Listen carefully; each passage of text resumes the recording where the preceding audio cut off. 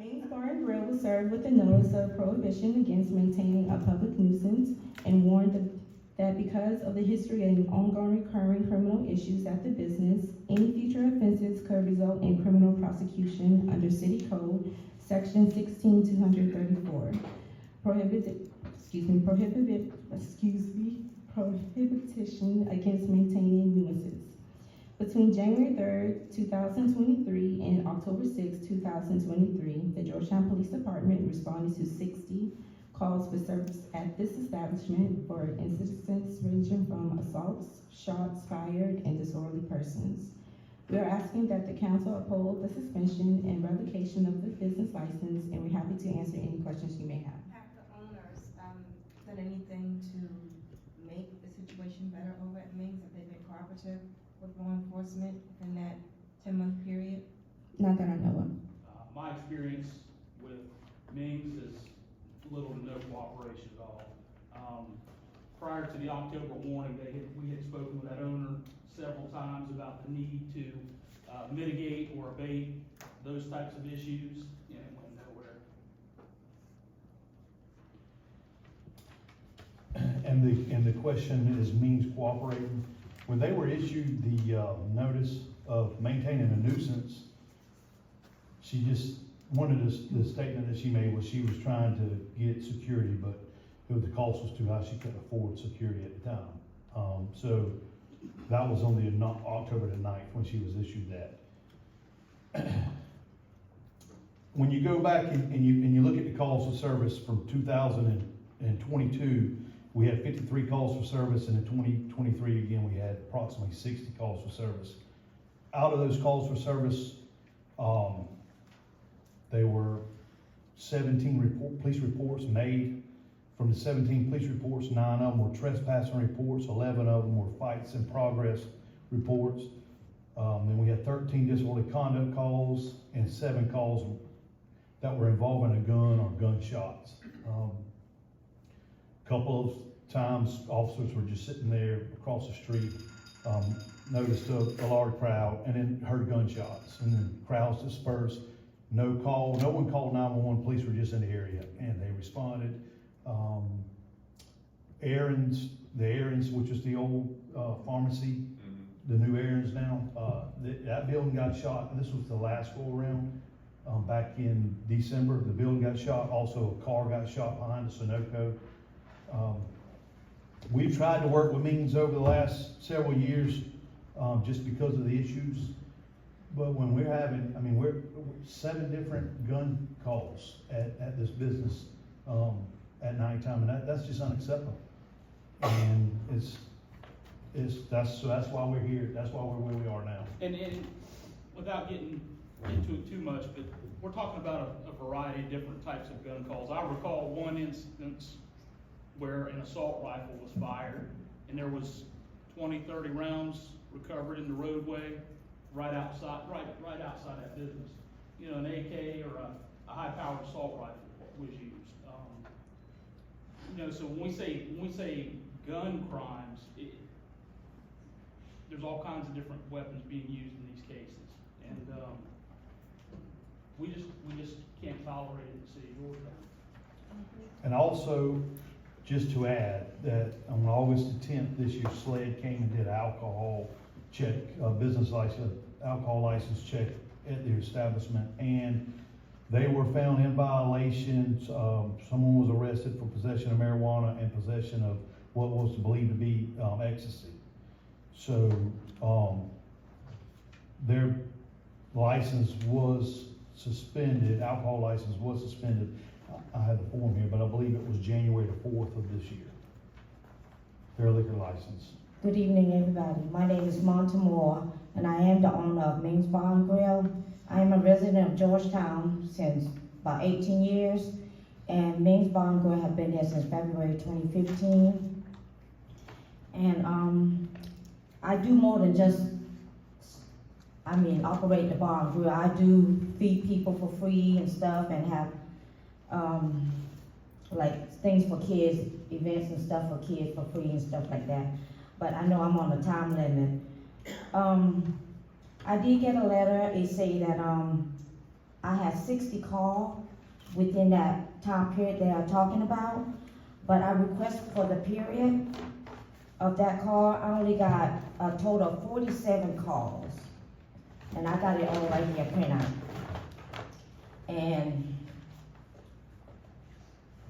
the 47 calls that I got, according to the paper, I'm going by according to the report that I received, 10 was no trespass, 13 was clear the parking lot, 6 was fighting, 3 was gunshot, 3 was escort home, and one of the call, I wasn't even open. It was on a Tuesday, January the 3rd, and I'm not sure who called on that call, but I do have a report, but I'm not even opening at 12:26 at lunchtime. I don't open till 7 p.m. at night. And 3 calls was, I called the police because I had mine on the parking lot and they wouldn't leave. So I had called the officer to come and make them leave. And 1 was the 911 call because someone had passed out in the building. And 2 was called by it was an issue 2 people had in the parking lot. And 5 was the disorderly conduct. And I do try to inform, and I try to, my business partner had been out for 2 years. So I've been running the business pretty much by myself, and I cook in the kitchen. Sometimes I can't be out there in the parking lot. And I do make the call, and I had spoke with Officer John L. Sparkman. I came here and I asked him, what is the definition of nuisance? And he said, when I call for an escort or for them to help me clear the parking lot, that's not a nuisance. And he said, but when other people call, that become a nuisance, or when like gunshots and stuff like that happen. None of this fight happened inside my bar. It happens outside, and I'm not trying to put no blame on nobody, but I have no control of what people have inside their car, which when they get into argument, people run to their car because what do they keep in their car? Guns. And I have no control, and I ask them, when I go out there to clear the parking lot on my own, do I go knock on people's window and ask them they got to leave or they come inside? I'm scared for my life because now people is crazy. They're gonna take a gun and shoot you if you go up to their car and act crazy or, try. But I mean, my definition, no trespassing, I have called them 4 different people. Cynthia Hughes, y'all might be familiar with, Jasmine Brown, and I think it's Randall, it's 2 more other people. That's on a no trespassing. I'm, like those 10 those calls from those no trespassing, they're the same people. 10 no trespassing, they're the same people. They keep coming in, and sometimes they get violent, so I have to call officers to come and make them leave because I don't want to handle the situation on my own. And clear the parking lot. I have a sign that say my parking lot is under the jurisdiction of the police. And I asked them to explain that to me. When they come, isn't their parking lot their jurisdiction? So that means they can do whatever they want to do. They can write the people the ticket that's hanging out in the parking lot because they don't want to listen to me. But nobody get a ticket. So I told officer, I said, if y'all start writing some of these people tickets, set some example that they will stop hanging out in the parking lots. And I have the sign that I took pictures of at the bar where it's 3 different signs that's up. Like, I don't know, y'all probably, it's a no trespassing sign.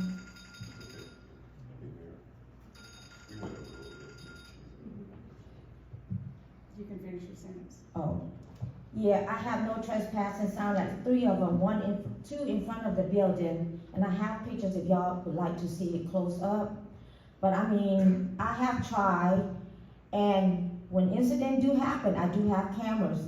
I mean, at the beginning I didn't, but towards the end I did, got cameras all on the outside. When the police come out there, some of the officers on the report will tell you, I will pull up my camera and show them, Your time's up. I'm sorry. okay, Do you have anyone else on your behalf to speak? not that I know of. Chief, what's an example of a lack of cooperation? The one that comes immediately to mind is I had an officer that was, sitting in the parking lot and, or right across the street, and we got a call for service about a fight, and I don't remember the date of the specifics without the report, but I'm just going from memory. And, so the call comes out, as he's pulling into the parking lot, get out, shots go off up near the front of the business, 4 or 5 shots. Nobody at the business right outside the door saw anything, would talk to my officer, and I don't know if this was patrons, and I don't know if this was staff, but just know that's a lack of cooperation. Somebody standing there firing off shots with dozens of people around, and nobody wants to tell us anything. That's a lack of cooperation. Lack of support. And that's pretty consistent with what we deal with on a regular basis. So how do you answer her position that she can't control the people that are parked and partying in her parking lot? That's beyond her control. Is that true, or, I mean, as a, Probably is true. The people show up there to patronize her business, they walk outside and get in fights, get in heated arguments, go to their cars, get guns. I mean, I would think that would be outside of her control. But it's a result of the business? of the business itself. The business is the catalyst for the Business issue. is the catalyst. Has she been fined on these calls? Have there been any citations given to the business? or Just the warning for maintaining a public nuisance. And then, she was cited in October, is that right? Yeah. So out of 60, or she says 47 calls, there were never any fines instituted or just warnings? We wouldn't fine her if we're going to a fight. Right. Okay.